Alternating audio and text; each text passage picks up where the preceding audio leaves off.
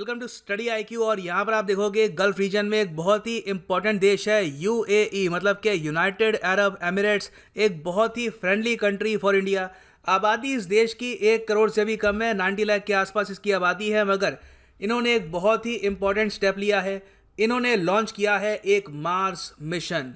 इतिहास में अगर हम देखें तो सिर्फ 4 स्पेस एजेंसी हैं जिन्होंने सक्सेसफुली मार्स में एक स्पेस मिशन भेजा है। रॉसकोमॉस रशिया की agency, NASA from USA, European space agency, और चौथी थी इसरो। अब 4th स्पॉट के बाद यहाँ पर फाइट है 5वें स्पॉट की कि 5वां कौन सा देश बनेगा जो मंगल ग्रह तक पहुंचेगा। अब यहाँ पे आप अगर देखो तो 2 कंट्रीज के बीच में रेस है। एक है यूएई और दूसरा चाइना। चाइना भी सक्सेसफुली इससे पहले मार्स में कोई अपना प्रोब भेज नहीं पाया, और जुलाई 2020 में यूएई के मिशन के लॉन्च होने के बाद ये भी अपना खुद का मिशन लॉन्च करेंगे। तो इंटरेस्टिंग होगा देखना कि 5th स्पॉट किसको मिलता है, चाइना को या फिर यूएई। तो इस वीडियो में मैं आपको बताऊंगा यूएई का जो मार्स मिशन है ये स्पेशल क्यों है, होप प्रोब की क्या खासियत है, बहुत कुछ आपको जानने को मिलेगा। So lot to know, lot to discuss as always. But before we begin, go to Google Play Store, download the Study IQ education app, और यहाँ पर आप खरीद सकते हैं हमारा फ्लैगशिप यूपीएससी कोर्स, जिससे आप आईएएस की तैयारी घर बैठे या कहीं भी कर सकते हैं। इस कोर्स के लिए ईएमआई ऑप्शन भी अवेलेबल है। And don't forget to subscribe to Study IQ and press the bell icon.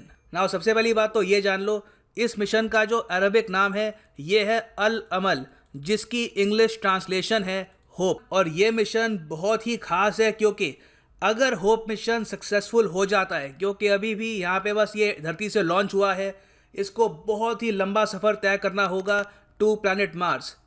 तो अगर ये सक्सेसफुली मार्स तक पहुंच जाता है तो ये पहला इंटरप्लैनेटरी मिशन होगा जो मार्स तक पहुंचा है from a West Asian country, क्योंकि यूएई आता है वेस्ट एशिया में, एक अरब कंट्री क्योंकि यूएई एक अरब कंट्री है, और एक मुस्लिम मेजॉरिटी कंट्री। यूएई आपको पता होगा it is an Islamic country.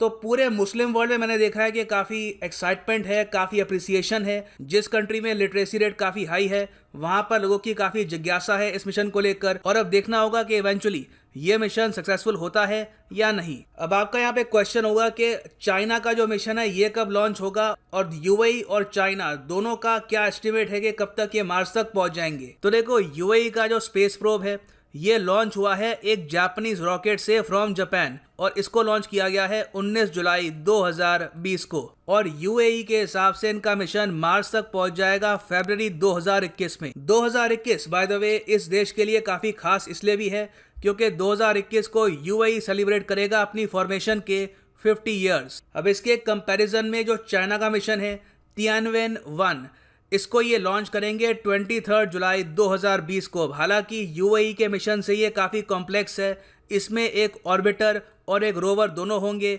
UAE का जो मिशन है वहाँ पर सिर्फ एक ऑर्बिटर होगा। मगर चाइना भी ये मानता है कि उनका जो प्रोब है ये फरवरी से लेकर अप्रैल 2021 के बीच तक पहुँच जाएगा। सो बहुत ही इंटरेस्टिंग है, देखते हैं who will be the 5th country to reach Mars. बाकी देखो, दोनों प्रोब्स को ट्रैवल काफ़ी करना होगा। यूएई का जो प्रोब है ये काफ़ी बार धरती को ऑर्बिट करेगा, मोमेंटम गैदर करेगा, फिर उसके बाद एक काफ़ी लंबी जर्नी स्टार्ट करेगा 7 मंथ्स की मार्स तक पहुंचने के लिए।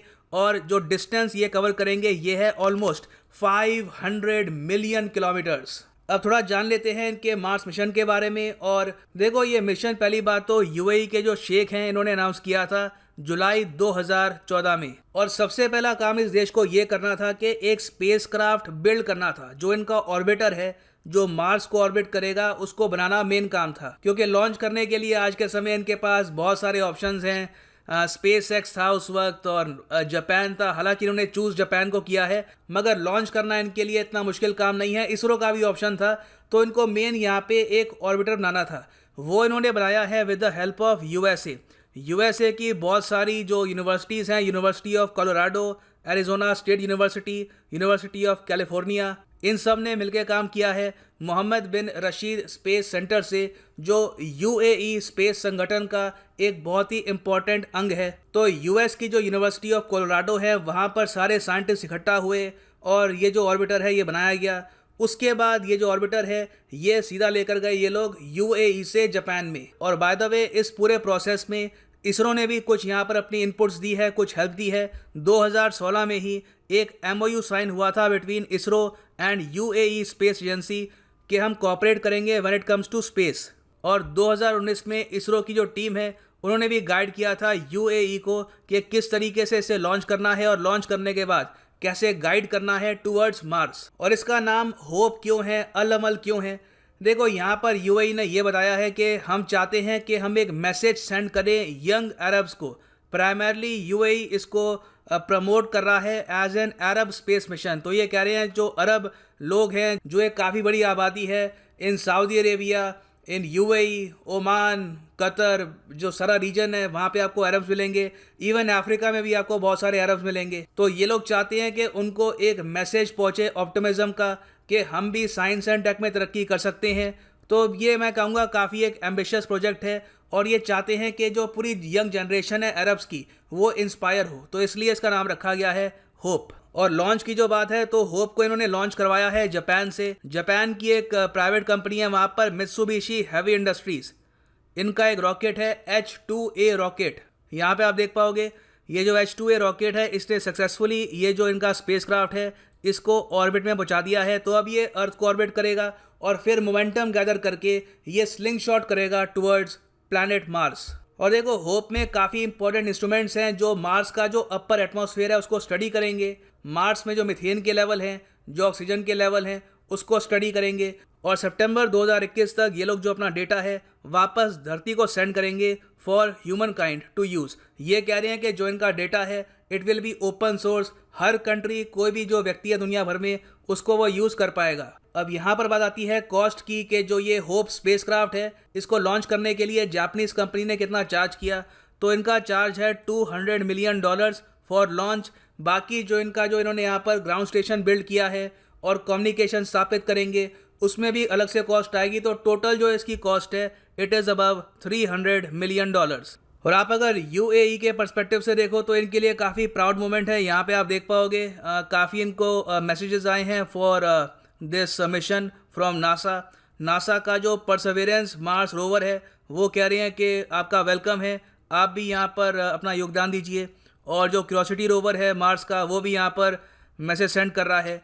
और जो नासा के चीफ हैं ये भी कह रहे हैं कि congratulations to the team that worked on Hope Mars mission. It's truly amazing what UAE space agency have accomplished in such a short time.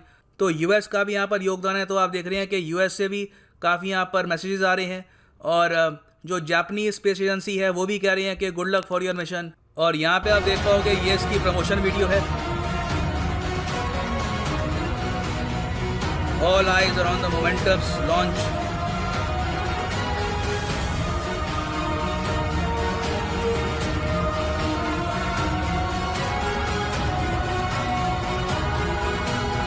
और आप देखेंगे ये प्रमोट काफ़ी अच्छा कर रहे हैं। काफ़ी इन्होंने अच्छी वीडियोस मल्टीमीडिया यहाँ पे अपलोड किया है लोगों के लिए। और it's a good thing. I think यहाँ पे अगर हम एशिया में साइंस पर ज़रा फोकस करें, स्पेस एक्सप्लोरेशन में ज़रा फोकस करें तो it is very good for everyone. इससे कंपटीशन क्रिएट होता है, हेल्दी कंपटीशन, और लोगों का ध्यान भी जाता है towards science, technology and development. So अभी के लिए ये है एंड इस वीडियो का। Thanks for listening and as always God bless you all.